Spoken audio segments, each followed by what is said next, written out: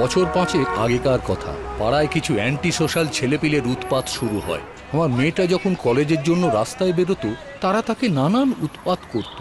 আতঙ্কটা এমনভাবে তাকে ঘিরে ফেলে, সারাটা দিন ঘরের সব কিছু বন্ধ করে বসে থাকতো।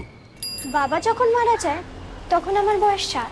হঠাৎ কিছু লোক এসে আমাদের ধমকাতে শুরু করে, বলে বাড়ি নাকি ফাঁকা করতে হবে। মফস্বল থেকে আসি, রোজ এইভাবে ডেলি প্যাসেঞ্জারি করি, পেটের দায়, নানান বাড়ি নানান কাজ। কি করব, শ্বশুর বাড়ি ঘর তো আর করা হয়নি। স্বামীর অত্যাচার, কথায় কথায় খালি বলতো টাকা চাই। কোর্টে আমার মুখ চলে, বাইরে হাত। নাম গীতা LLB। কৃপান ব্যানার্জির মতো ছেলেরা সমাজের কলঙ্ক। সত্যি গীতার মতো কেউ যদি আমার মেয়ের পাশে থাকতো, তাহলে আমার মেয়েও নির্ভয়ে কলেজে যেতে পারত। গীতা দিদি ঠিকই আমাদের মতো অসহায় মানুষদের বিচার পাইয়ে দিত।